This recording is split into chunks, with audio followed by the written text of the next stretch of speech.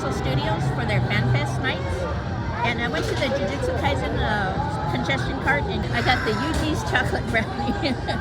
And it does look like chocolate. Yeah, there's buttercream frosting on top. And there's supposed to be a caramel inside, and there's a little medallion there.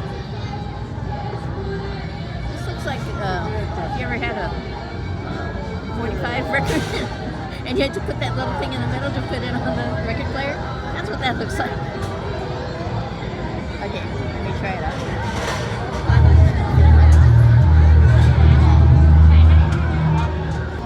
don't see any caramel. I broke it almost in half. It's a good brownie though. It's a fudgy brownie, lots of little chocolate chips inside. That also tastes really good. Let's see, for theming, I think I'll give this one. I'm gonna give this one an A. And then for taste, I'm also gonna give it an A. It's actually a pretty good brownie. And it costed $7.99, so it's actually not that bad either. It's pretty large. It came in a nice box too. So anyways, I'm going to take another bite and I'll see you in the next one.